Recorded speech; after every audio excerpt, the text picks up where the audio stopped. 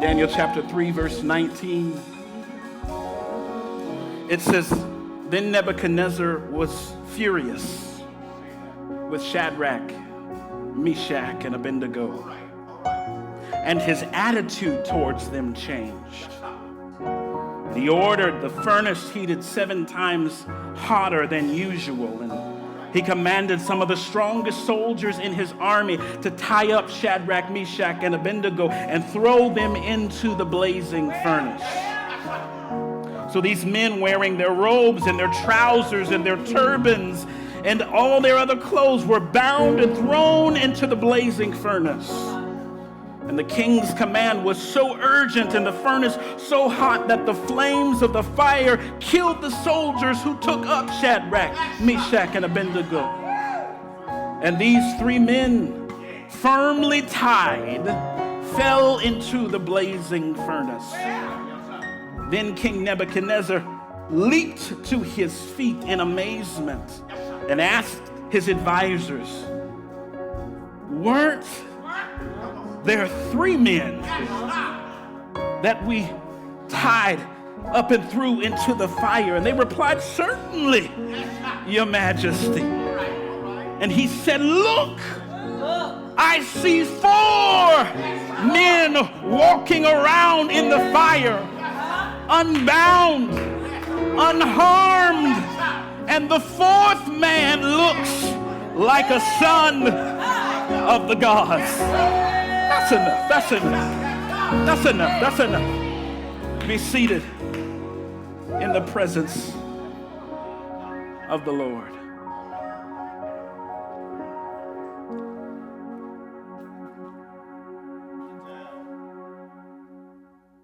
Verse 24 says, King Nebuchadnezzar leaped to his feet,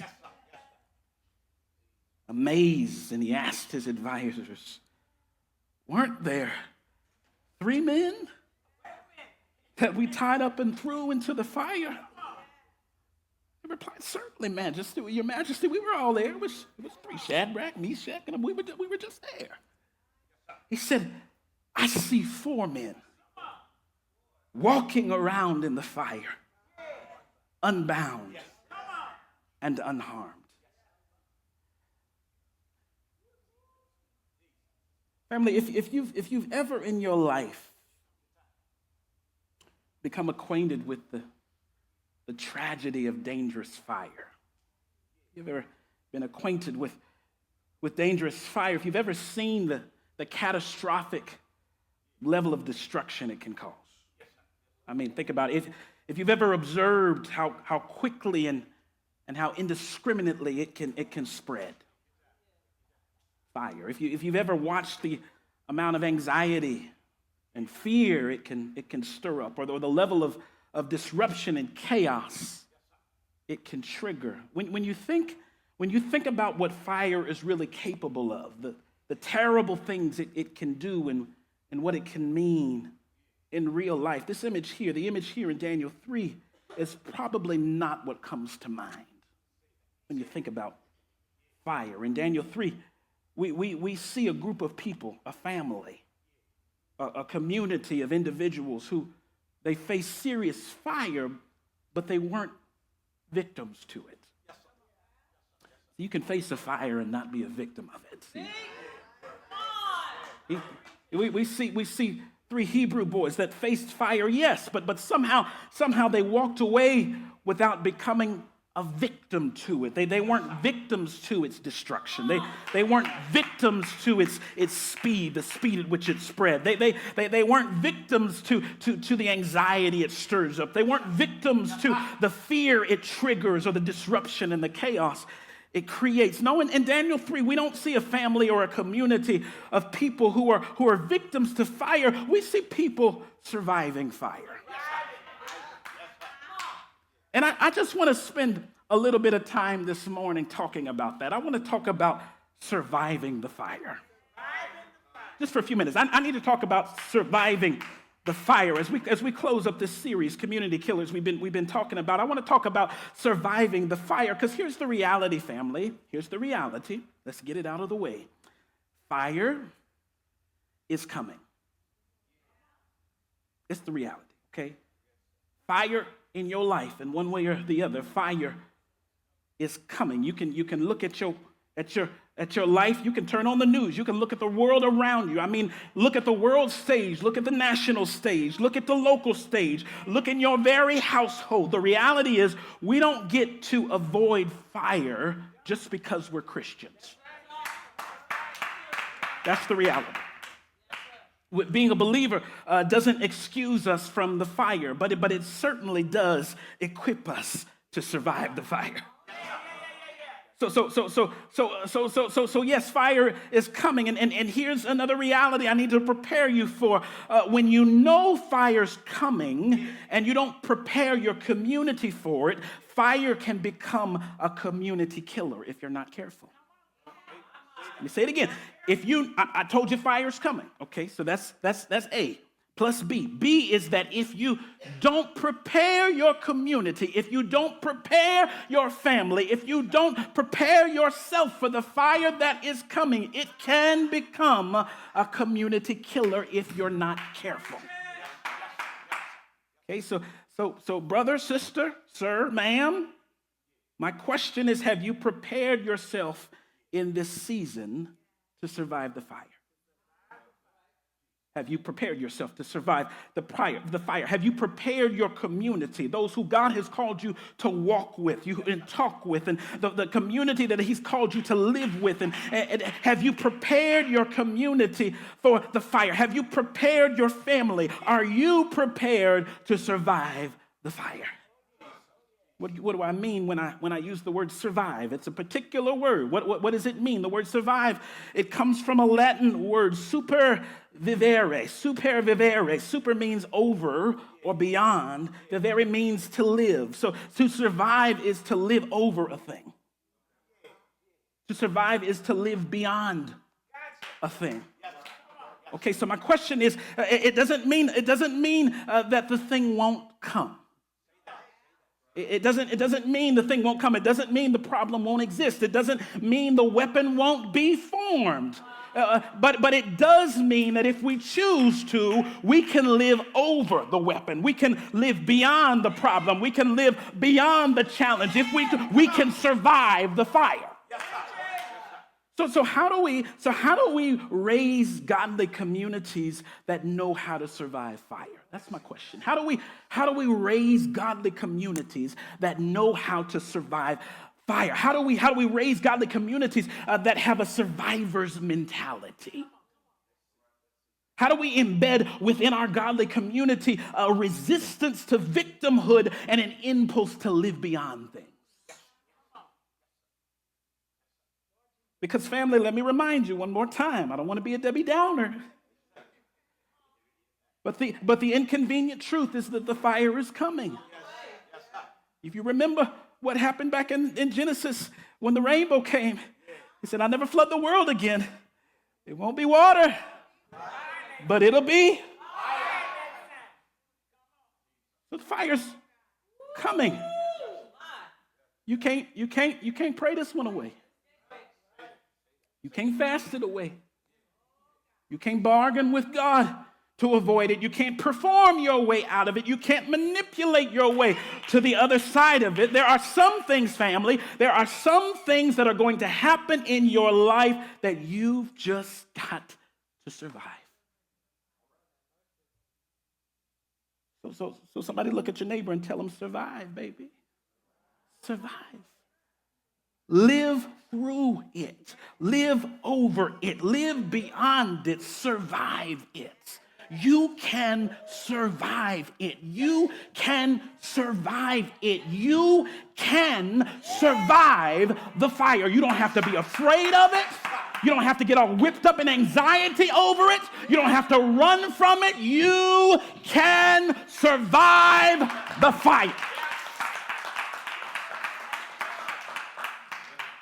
So this morning, I just want to drop just a few things, some wisdom in your heart to help you understand what it looks like to build survivor's mentality into your heart and survivor's mentality into your mind and into your community. I want you to have a survivor's mentality. And you got to start with yourself, okay? You got to start with yourself, because hear me, you can't build stuff into your community that ain't built in you. All them times you wagging your finger at your kids, telling them just do this and just do that, and they looking at you like, you can't hold folks to stuff that ain't holding in you. How do you build and how do you model a survivor's mentality so that it'll stick in your community? How do we both build within ourselves and then into our communities the survival mentality that will take us all the way to overcoming in God and not getting stuck behind stuff, but living beyond it? Well, it starts with your roots. It starts with your roots. It starts with your roots. Jesus helps us here with some instructions he left for us in the book of John. The book of John, starting around chapter 13, Jesus is preparing his disciples for his departure. He spends time with them in the upper room. He washes their feet and he models for them what true servant leadership looks like. And then he calls out the betrayer in the room, and Judas does what he needs to do, or what he believed he needed to do. Jesus gives his disciples a few more words of encouragement. But before they leave for Gethsemane, Jesus' tone shifts. In John 15:1, he turns to the community and he says this. It felt a little out of the mix, like, Jesus, where are you talking about? Where are you going with this? This is out of nowhere. And he turns to him and he says this. Before we go, I need to tell you something. I am the true vine. Jesus, we were just sitting at the table eating bread. What are you talking about? The tree? He says, it'll make sense. It'll make sense later. I am the true vine, and my Father is the gardener. And he cuts off every branch in me that bears no fruit, while every branch that does bear fruit, he prunes so that it will be even more fruitful. Then in verse 3, he says, you are already clean because of the word I have spoken to you. But here it is, remain in me. You're already clean. I've spoken some things. You've had some experiences with me. I've taken you some places already. We know one another. We're connected, but I need to give you this caution. When I go, I need you to remain in me. Remain in me, as I also remain in you. Then he says, no branch can bear fruit by itself. It must remain in the vine. Neither can you bear fruit unless you remain in me. Pastor, what is he saying? What are you saying? Well, follow his logic here for a second. Jesus, he knows what's coming. He knows what's coming. He knows what's coming. He knows that Judas is already gone and he's down the street selling him out. He knows what's going to happen there. He knows Peter's about to deny him. He knows Gethsemane is just a few hours away and there's be a crushing there. He knows the cross is coming, and he knows his disciples, his community. They're about to go through a level of fire that they've never even conceived. They're about to deal with some stuff that they've never even envisioned. So what does Jesus do? He moves from comforting his disciples. I'm going to go. I'm going to leave. He shifts from comforting them to I need to tell you how to survive. I need to tell you how to survive. How in the world can he prepare his disciples to survive what's coming, Pastor? Well, John 15, Jesus, he's not just leaving them with good feelings here. He's not just trying to make them feel okay. He's not just trying to give them a pep talk. He's leaving them with a survival plan. I need you to see this. He's leaving them with a survival plan. He looks at the guys and he says, y'all want to make it through this season that's about to overtake you. You want to live beyond what's coming. You want to live over what's about to be. Y'all want to survive the fire, right? Well, here it is. Whatever you do, I don't care how hot this fire gets. I don't care what questions you might have after you see me float off into the air. I don't care what battles come or what obstacles present themselves. I don't care how much poverty you have to endure. I don't care how hard it is to get a job. I don't care how tough it is to stay in relationship with your family. I don't care how hard it is to deal with being on the same page with folks. If you want to survive the fire, your mission, your objective, your commitment is to remain in me. That's it. That's the survival plan. Remain in me. He says, verse 4, remain in me as I also remain in you. No branch can bear fruit by itself. It must remain in the vine. And the frustration in life comes when we try to produce fruit by ourselves. We try to live the Christian life by ourselves. We act like we're on a stage performing for an audience. What we don't realize is that we should be sitting in the audience next to God. He's not impressed when we try to live the Christian life on a stage in front of him. He's like, I want to walk with you. I want to talk with you. I want you to remain connected with me. Remain in me. He goes on, verse 5, he says, I am the vine, you are the branches. If you remain in me and I in you, you will bear much fruit. Apart from me, you can do nothing. If you do not remain in me, you are like a branch that is thrown away and withers. Such branches are picked up and thrown into the fire. Y'all, please don't miss this. Please don't miss this. Listen at what he's saying.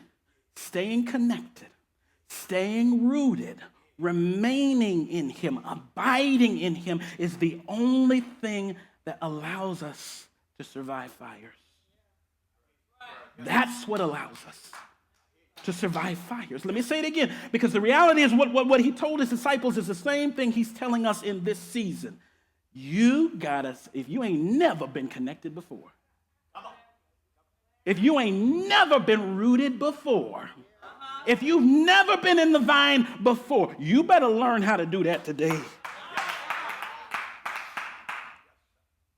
Remain in him, abide in him, stay connected to him. Because that's the only thing that allows us to survive the fire. Not only that, not only is it actively and intentionally abiding in Jesus the only thing that will cause your community to survive the fire, it's what will make you thrive in the fire. Right? Verse 7 says, if you remain in me and my words remain in you, ask whatever you wish. Ask whatever you wish, and it will be done for you. Verse 8, for this is to my Father's glory that you bear much fruit, showing yourselves to be my disciples. We on the same team here, y'all. That's what it says. We're on the same team here. If you remain in me, I will produce fruit through you. Family, whether you want it or not, whether you like it or not, whether you're ready or not, fire is coming. It's just the world we live in. If we're going to survive it, if we're going to thrive in it, if we're going to bear fruit in the midst of it, we've got to learn how to abide, how to remain, how to be connected to the vine. He says, I am the vine, you are the branches, remain in me. Family, branches don't survive because they're strong. They survive because they're connected. Branches don't bear fruit because they're beautiful. They're beautiful because they're connected, because they abide, because they receive the nourishment from the root. And they don't try to survive on their own. What a branch look like trying to survive on its own? It's got to be connected to the source. That's why John 15, Jesus stopped the entire show, the entire progression to the cross, because he was unwilling to leave earth without his disciples understanding what it looks like to survive. Peter was going to be going to prison. He was going to be beaten and eventually crucified upside down. He needed to know what it looked like to survive. John was going to be exiled to the island of Patmos. James was going to be beheaded. Down the road, Stephen was going to be stoned. Paul was going to be shipwrecked. We got to know how to survive, because fire comes. Jesus knew his community, his disciples, both the ones who were with him in John 15 and the ones that were coming down the way. He wanted them to know what it looks like to survive fire. And I'm just grateful we serve a Savior who didn't just tell us how to survive. He shows us how to survive. In fact, he showed us all the way back in Daniel 3, over 600 years before he showed up to teach his disciples that lesson in John 15. He taught it to 3 Hebrew boys in Daniel 3. What does it look like to survive? Those of us who are familiar with that text We're jumping into the climax of the story right here in chapter 3, a moment where these three Hebrew boys, they found themselves at a dangerous inflection point with an unstable, self-obsessed leader. Lord help us. Lord help us. Unstable, self-obsessed leader. And at this moment in the text, their lives they're literally on the line because they've refused to compromise their integrity and their commitment to the one true God by bowing down in worship to this image. Nebuchadnezzar wanted everybody to bow down to his statue when the music started playing. And these young men, they'd been abducted from their homeland, and they'd been taken to this place called Babylon, where the king and his court were working hard, essentially to kind of reprogram them. That's what this whole thing was. They were trying to reprogram them, to bully them into abandoning their root system and their culture and their religious identity in order to assimilate to the culture of this pagan captor, the Babylonians. And when these young men, when they refused, when they called upon their collective courage and refused to compromise, they refused to betray the truth of their root system. They refused to ignore the promise that they remained in and abided in all this time, just to satisfy the whims of this king Nebuchadnezzar. He became irate. He was so angry. The scripture says, Daniel chapter 3, verse 13, it says, furious with rage, Nebuchadnezzar, he summoned Shadrach, Meshach, and Abednego. So these men were brought before the king, and Nebuchadnezzar said to them, he said, is it true, Shadrach, Meshach, and Abednego? Is it true that you do not serve my gods or worship the image of gold I have set up? Is that true? Now, when you hear the sound of the horn, the flute, the zither, the lyre, the harp, the pipe, and all kinds of music, if you're ready to fall down and worship the image I made, then very good. Very good. Well, we won't have any more problems if you're just willing to bow down to this image that I've created. We won't have any more issues if you're willing to lay down your root system, if you're willing to turn away from what you've been abiding in. We won't have any more problems if you just bow down, like I say. But if you do not worship it, you will be thrown immediately into a blazing furnace. Then what God will be able to rescue you from my hand? That's what Nebuchadnezzar said. Verse 16, Shadrach, Meshach, and Abednego, they replied to him. They said, King Nebuchadnezzar, we do not need to defend ourselves before you in this matter. We know you think you all of that. But just to be clear, we don't need to defend ourselves before you. You're confused. We don't need to defend ourselves before you in this matter. If we are thrown into the blazing furnace, the God we serve, he's able to deliver us from it. Let's not get it twisted. He's able to deliver us from it. And he will. And he will. He will. He'll deliver us from your hand. But we just want you to know, even if he doesn't, for us, it's not even about that. This is a principle thing. Even if he doesn't deliver us, we want you to know. We want you to know before you throw us into the fiery furnace, we want you to know, Your Majesty, that we will not. No. We will not serve your gods. We will not worship the image of gold that you have set up. They said, absolutely not. We don't care what it costs. We don't care how upset you get. You can put us on whatever list you want to. We will not bow down to your foolishness.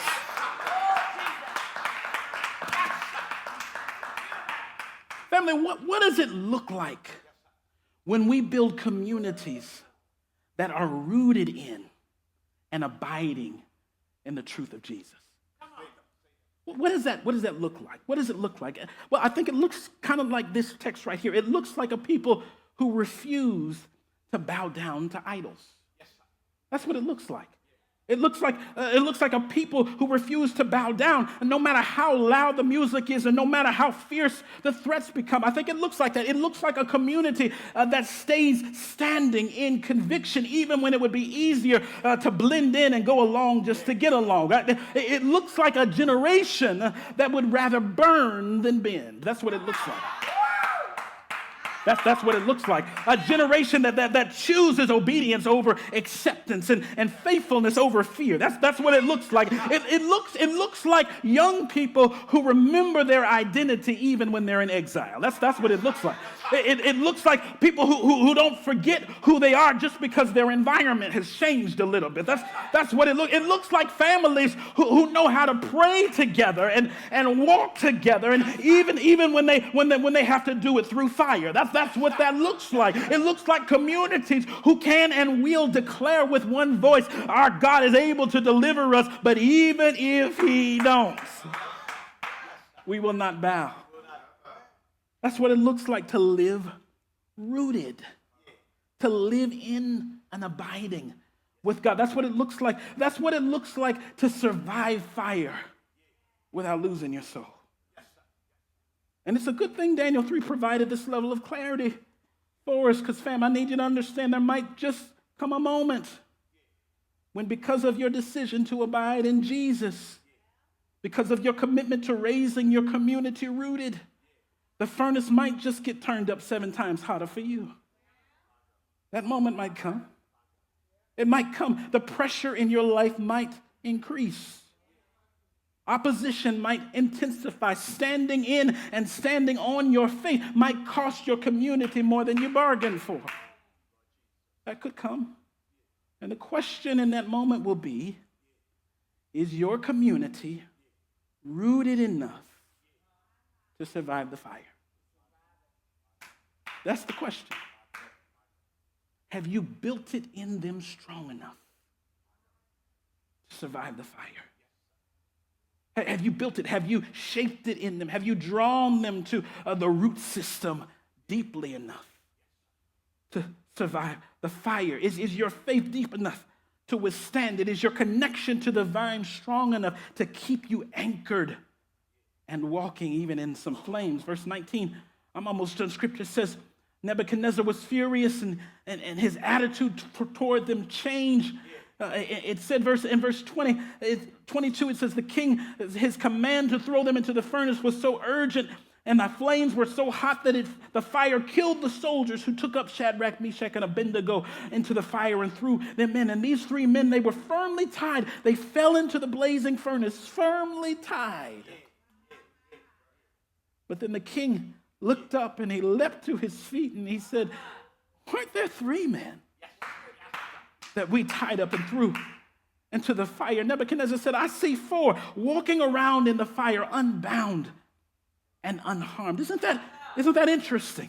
Isn't that interesting? The result of these 3 Hebrew boys' decision to remain rooted, to abide even under the threat of fire, it resulted in them surviving that very fire.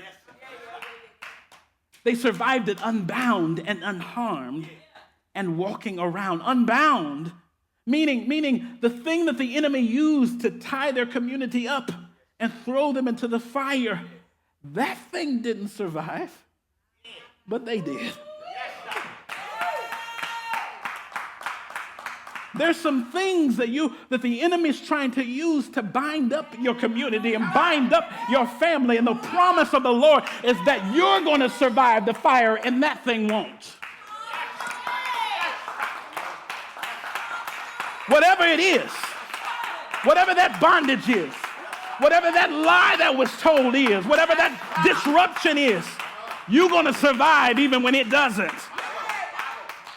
They were unbound. They were unbound, but not only were they unbound, they were unharmed. Meaning the goal, the assignment, the plan that the enemy had for their community's harm, it didn't survive, but they did. Your enemy, he's got a plan to mess up your community. He has a plan to mess up their journey. He has a plan to mess up the future. That's not going to survive. You're going to outlive even that.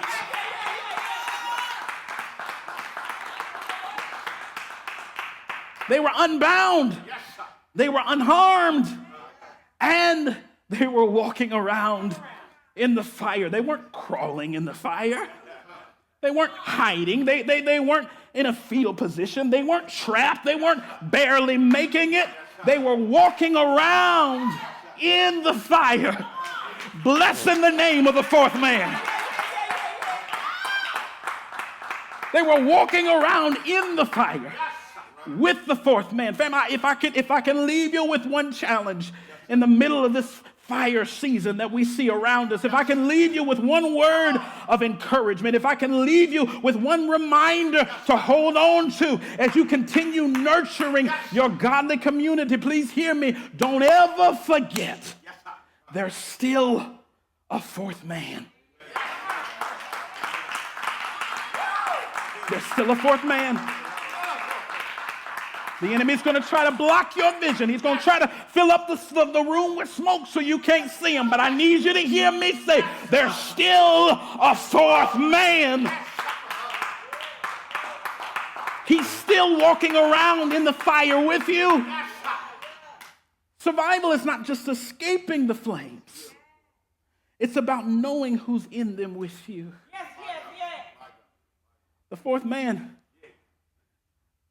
he was in the fire. He wasn't late. He didn't show up when he heard their cries. He didn't run to their rescue when the temperature hit a certain level. The fourth man was already in the fire when they got there. He was waiting for them in the fire.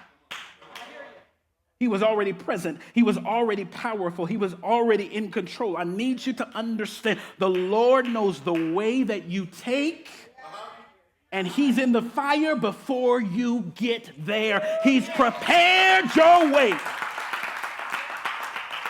Even in the fire.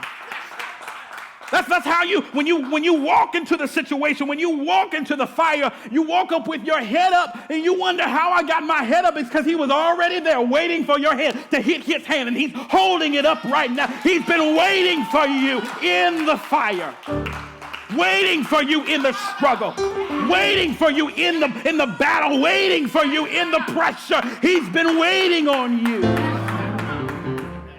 Seeing your end from the beginning and waiting for you to meet him there.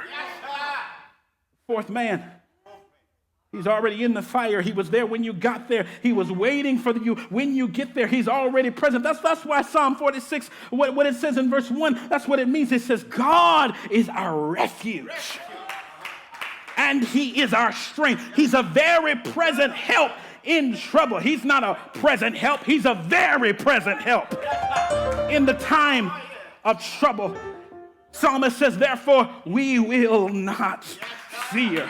I need you to talk to yourself right now and say, we will not fear.